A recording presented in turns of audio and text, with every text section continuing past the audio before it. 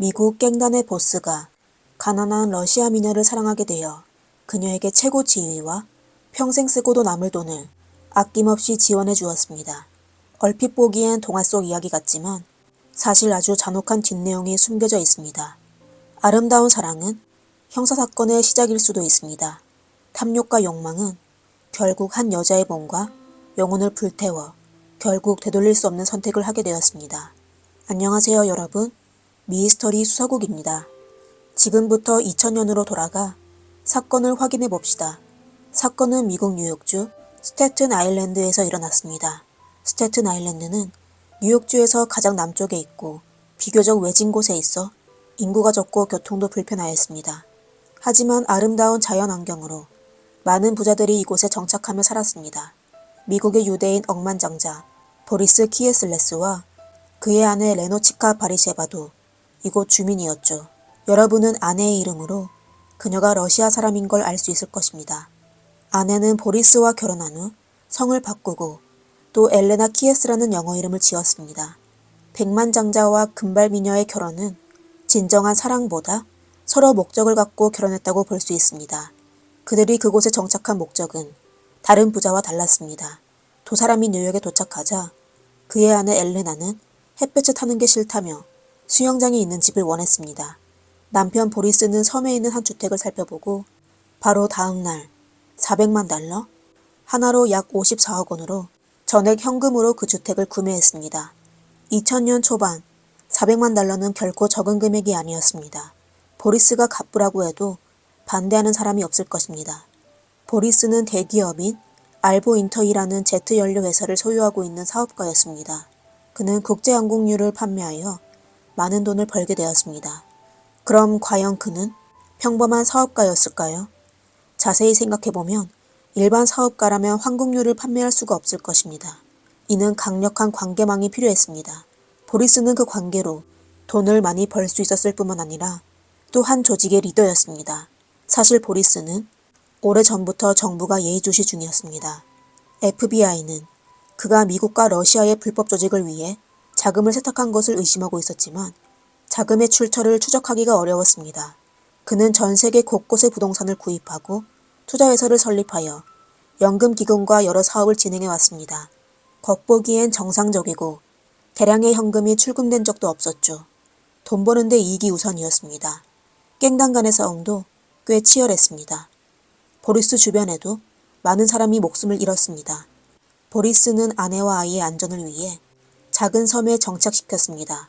그리고 그는 미국과 러시아를 오가느라 매년 9개월 정도는 집에 없었습니다. 바쁠 때는 심지어 3개월 연속으로 집에 없을 때도 있었습니다. 그의 아내 엘레나는 집에서 아들과 딸을 돌보며 인생을 즐기는 것 외에 쇼핑을 즐겼습니다. 그녀의 생활 수준은 뉴욕의 상류층 여성의 생활과 비슷하였습니다. 하지만 그 섬은 보리스가 생각한 것만큼 안전하지는 않았습니다. 2000년 3월 28일에 보리스는 마지막으로 집에 나타났습니다. 다음날 그의 어머니가 아들의 핸드폰으로 전화를 걸었지만 받는 사람이 없었습니다. 곧바로 며느리 엘레나에게 전화를 걸어 확인해 보았습니다. 그제서야 아들 가족이 플로리다의 디즈니랜드에 놀러간 사실을 알게 되었습니다. 보리스의 어머니는 아들과 이야기를 나누고 싶어 했지만 엘레나는 남편이 수영 중이라 어렵다고만 대답했습니다. 일주일 후 보리스의 어머니는 다시 아들에게 여러 차례 전화를 걸었지만 여전히 전화를 받지 않았습니다. 결국 어머니는 비행기 티켓을 구매하여 뉴욕으로 출발했습니다.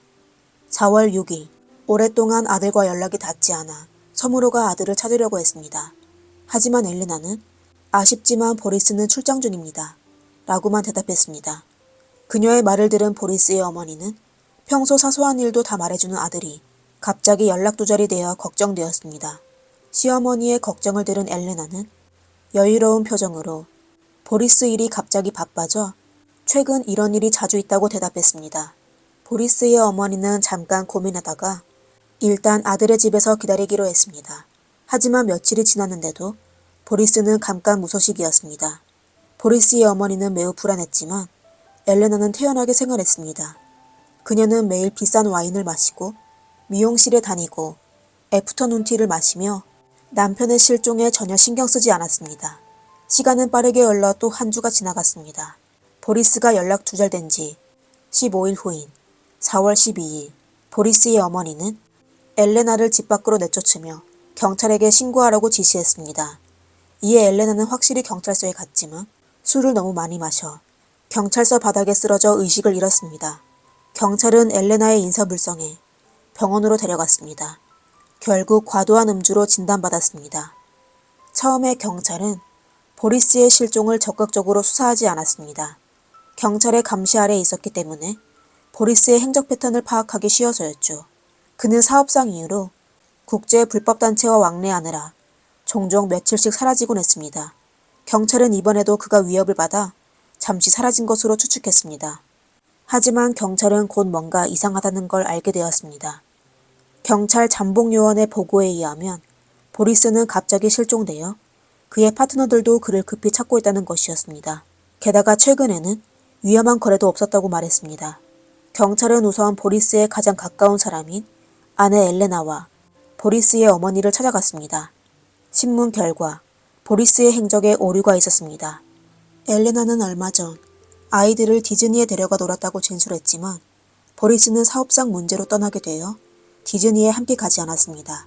하지만 보리스의 어머니에게는 당시 남편이 수영하고 있어 전화를 받을 수 없다고 했다고 하였습니다. 이는 엘레나가 시어머니에게 거짓말을 했다는 것인데 그녀는 왜 이런 거짓말을 했을까요? 경찰은 곧바로 엘레나를 유력한 용의자로 지목했습니다. 그러다 보리스의 실종 신고가 접수된 지 13일 만인 4월 25일에 경찰은 마침내 새로운 단서를 찾게 되었습니다. 누군가 뉴욕 브루클린 한 공원 근처의 늪에서 커다란 플라스틱 양동이를 발견하였는데 통 안에 있는 사람은 한 달 동안 실종된 49세의 백만장자 보리스였습니다. 보리스는 손이 묶인 상태로 숨진 지 꽤 오래된 것으로 확인됐습니다. 현장 근처에선 그의 벤츠 차량도 발견되었습니다. 경찰은 바로 엘레나를 2급 폭행 혐의로 체포하였습니다. 하지만 엘레나는 남편의 실종에 대해 언급을 거부하며 변호사를 고용하였습니다. 그녀는 남편의 실종과 어떤 관련이 있었을까요? 경찰은 그녀를 바로 체포했는데 또 어떤 증거를 취득한 것일까요? 1966년 모스크바. 엘레나는 가난한 집안에서 태어나 한때 돈을 위해 몸을 팔기도 했습니다. 1990년대 초 그녀는 젊고 아름다운 미모로 상트페테르부르크에서 이름을 날리게 되었습니다. 한 번은 미국의 유대인 부자인 보리스를 만나게 되었는데 그 당시 고작 30대였던 보리스는 이미 막대한 부를 소유하고 인생 최고의 전성기를 누리고 있었습니다. 그는 아름다운 엘레나를 만나 사랑에 빠지게 되었습니다. 얼마 후 보리스는 전처와 이혼하고 엘레나와 동거를 시작했습니다. 어쩌면 엘레나도 자신의 과거가 수치스러웠는지 본인을 지적이고 아름다운 외면을 가진 사람으로 한껏 포장했습니다. 보리스 또한 사업으로 출장이 잦았는데 그는 엘레나가 하는 일에 대해 큰 관심이 없었습니다. 단지 아내 엘레나에게 푹 빠져 미국으로 데려가 결혼하고 자신의 성을 주고 자녀 계획까지 세웠습니다. 엘레나는 1992년과 1994년에 아들과 딸을 각각 낳았습니다. 보리스는 행복에 겨웠습니다. 가족이 늘어나자 보리스는 아내에게 큰 집으로 이사가자고 제안했습니다. 빈민 가정에서 자라온 엘레나는 부잣집 사모님이 되자 뉴욕에서 가장 핫한 곳에서 살고 싶어 했습니다. 이렇게 그녀는 스태튼 아일랜드를 선택하여 $400만 전액 현금으로 주택을 구입했습니다. 보리스가 아내에게 사랑을 표현하는 방식은 돈을 아낌없이 쓰는 것이었습니다. 엘레나는 매년 남편으로부터 선물 공세를 받았습니다. 명품백부터 시계, 주얼리에다가 고급 자동차까지 줄을 이었습니다. 이 외에도 보리스는 출장이 잦아 아내의 곁에 있지 못해 한도가 없는 신용카드를 선물해 주었습니다. 두 사람이 결혼한 지 8년이 지나게 되자 엘레나는 자신이 남편 덕에 가난에서 벗어났다는 사실을 점차 잊게 되며 주위의 모든 게 당연하다고 생각했으며 남편의 돈으로 사치스러운 생활하는 것에 만족하지 않고 스릴을 찾기 시작했습니다. 1999년 11월 브루클린에 거주하는 흑인 남성 메시아 저스티스는 친구에게 빌린 중고차를 운전하여 맨해튼을 돌고 있었습니다. 그러다 신호 대기 때 한 미녀가 그에게 길을 묻기 시작했습니다. 그 미녀가 바로 엘레나였습니다. 두 사람은 유쾌한 대화를 나누게 되었는데 곧 엘레나는 메시아에게 길을 묻는 건 핑계였고 사실 흑인 남친을 찾고 싶었을 뿐이라고 말했습니다. 메시아는 섹시하고 아름다운 엘레나의 대시에 어쩔 줄 몰랐습니다. 그렇게 두 사람은 바로 호텔을 찾았습니다. 엘레나는 초면인 메시아에게 8만 달러, 하나로 약 1억 원 상당의 다이아몬드가 박힌 시계를 선물했습니다. 사실 그 돈은 남편에겐 아무것도 아니었긴 했죠. 그로부터 도둑질과 강탈로 생계를 유지했던 메시아는 엘레나의 연인이 되었습니다. 엘레나는 그와 고급 클럽과 고급 레스토랑에 들렸으며 남편이 집에 없을 때 그를 집으로 데려가 밤을 보내기도 했습니다. 곧 아내가 바람을 폈다는 소식이 보리스에게도 전해졌습니다. 엘레나가 인정하지 않아서인지 아니면 보리스가 꼬투리 잡을 증거가 없어서인지 사람들이 보기에 두 사람은 여전히 다정한 모습이었습니다. 하지만 두 사람은 결국 돈 때문에 크게 다투게 되었습니다. 엘레나는 내연남과 데이트하기 위해 돈이 필요해졌습니다. 초반에 엘레나는 본인의 보석을 몰래 팔기 시작했습니다.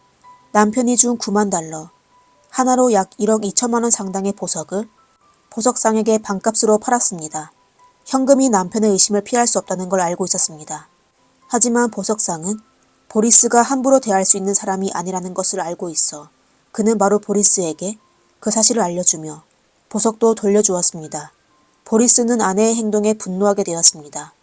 게다가 엘레나는 더욱 위험하고 어리석은 짓을 저질렀는데 그녀는 보리스의 은행카드를 훔쳐 애인에게 주어 내연남이 마음대로 물건을 사게 했습니다. 금액이 많지 않으면 보리스가 발견하지 못할 거라고 생각했습니다. 엘레나는 분명 문제의 심각성을 예상하지 못했습니다. 그 돈은 일반적인 돈이 아니고 불법 조직의 돈이었습니다. 보리스는 쓰면 안 되는 통장에서 돈이 나가는 걸 보고 분노에 빠지게 되어 아내에게 벌을 주기로 했습니다. 그는 아내에게 거칠게 대하지 않고 그냥 엘레나와 이혼하여 아이들을 빼앗고 그녀에게 아무것도 주지 않고 나가게 하려고 했습니다. 보리스는 정부의 인맥으로 아내를 집에서 쫓아낸 후 빈털터리로 만들 생각이었습니다. 하지만 보리스의 친구가 그의 생각을 듣고 아내가 모든 재산을 상속받을 수도 있어 라고 경고하였습니다. 하지만 보리스는 화를 내며 내가 누군지 잊었어? 라고 반박했습니다. 보리스는 위험한 사람이었지만 그의 아내는 그가 생각한 대로 돈만 쓸 줄 아는 사람이 아니었습니다. 그녀는 먼저 남편을 해치기로 했습니다. 경찰은 현장 조사를 하며 늪지대가 첫 번째 범행 현장이 아닌 것을 발견했습니다. 그들은 보리스의 저택을 조사하며 수상한 점을 발견하게 되었습니다.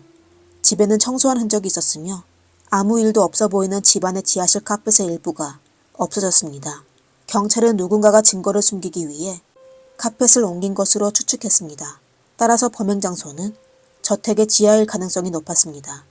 엘레나는 정말 범인일까요? 여자로서 분명 하기 힘든 일입니다. 그럼 누군가의 도움을 받은 게 아닐까요? 경찰은 곧 엘레나의 계정에 문제가 있는 걸 발견했습니다. 그녀는 최근 남편 계좌에서 20만 달러, 하나로 약 2억 7천만 원을 인출하기로 은행에 예약하였습니다. 경찰 조사 후 그녀가 애인에게 선물하기 위해 19만 7천 달러, 하나로 약 2억 6천만 원이 되는 벤틀리 모터스 자동차를 주문한 걸 발견했습니다. 차량이 이미 도착하여 돈만 지불하면 됐지만 엘레나는 아직 그 돈을 출금하지 않아 차량을 받지 못했습니다. 알고 보니 보리스가 은행장과의 관계가 좋아 사건 이후 그는 여러 가지 이유로 지급 날짜를 미루며 보리스의 어머니에게 그 소식을 전했습니다. 보리스의 어머니 역시 만만한 사람이 아니었는데 그녀는 바로 전 미국 법무부 부검사까지 찾아가 그에게 도움을 요청했습니다. 엘레나가 아무 말을 하지 않자 그녀의 애인을 신문하기 시작했습니다. 그녀의 애인 메시아가 경찰서에 도착하자 경찰은 그를 위협하면서 보리스의 파트너가 그에게 복수하려고 한다고 위협했습니다. 메시아는 겁먹게 되어 3월 28일 저녁 10시 30분쯤에 엘레나의 전화를 받게 되었는데 그가 도착했을 땐 엘레나의 손은 붉은색으로 변했으며 보리스는 지하실의 카펫 바닥에 누워 있었다고 하였습니다. 엘레나는 메시아에게 남편 보리스가 자신을 때려 더 이상 참을 수 없어 집에 있는 사격도구로 그를 사격했다고 하며 애인에게 도와달라고 간청했습니다. 이렇게 메시아는 시트로 보리스를 감싸 밧줄로 묶은 후 엘레나의 차량 트렁크에 넣었습니다. 그리고 그들은 또 붉은 흔적이 있는 카펫을 찢어버렸습니다. 두 사람은 늦은 밤에 모든 걸 처리하고 엘레나는 다음날 비행기 티켓을 구매하여 아이들을 데리고 디즈니로 떠나 알리바이를 위조했습니다. 엘레나와 메시아가 체포된 후 경찰 앞에서 서로를 비난하기 시작했습니다. 사건 발생 2년 후인 2002년 6월 13일에 메시아는 경찰과 협의하여 법정에서 엘레나가 사람을 해친 사건의 증인석에 서기로 했습니다. 판사는 엘레나가 플로리다에 있는 동안 메시아에게 거의 100통의 전화를 걸어 남편을 잘 처리했냐고 물었다고 했습니다. 그리고 사건 당시 엘레나는 연인에게 여러 차례 고가의 선물을 주었으며 그를 고급 레스토랑에 데려가 식사했었습니다. 그것뿐만 아니라 그녀는 애인에게 총 8만 5천 달러, 하나로 약 1억 1천만 원이 되는 현금을 선물하기도 했습니다. 물론 연인에게 주려고 했지만 실패한 벤틀리 자동차도 있었습니다. 그들은 결국 법적 처벌을 피하지는 못했습니다. 2002년 9월 24일, 그 당시 36세였던 엘레나는 일반 폭행 혐의로 유죄 판결을 받아 종신형에 22년 후 가석방을 요청할 수 있게 되었습니다. 다시 얘기하자면 그녀는 2024년 6월에 58세의 나이에 가석방을 요청할 수 있습니다. 판결이 내려진 이후 몇 년 동안 엘레나는 계속하여 자신의 무죄를 주장하며 유죄 판결을 뒤집으려고 여러 번 시도했지만 주 법원에서 기각되었습니다. 그러다 사건이 발생한 지 11년 후인 2011년에 그 당시 45세였던 엘레나는 또 한 번 고소장을 제출했지만 그러다 브루클린 연방법원의 판사도 엘레나의 항의를 기각했습니다. 엘레나의 연인 메시아는 불법으로 숨진 사람을 운반한 혐의로 결국 징역 2년을 선고받았습니다. 오늘의 사건은 한 가족에서 일어난 비참한 일인데 한 조직의 리더가 가정에 충실하지 않은 아내를 만났는데 그는 아마 모든 게 돈으로 시작되어 또 돈 때문에 끝나게 될 줄은 상상도 못했을 것입니다. 오늘의 이야기는 여기까지입니다. 시청자 여러분은 이 사건에 대해 어떻게 생각하시나요? 아래 댓글에 남겨주세요. 영상을 재미있게 보셨다면 좋아요와 구독 부탁드립니다. 이상 미스터리 수사국이었습니다. 다음 영상에서 뵙겠습니다. 감사합니다.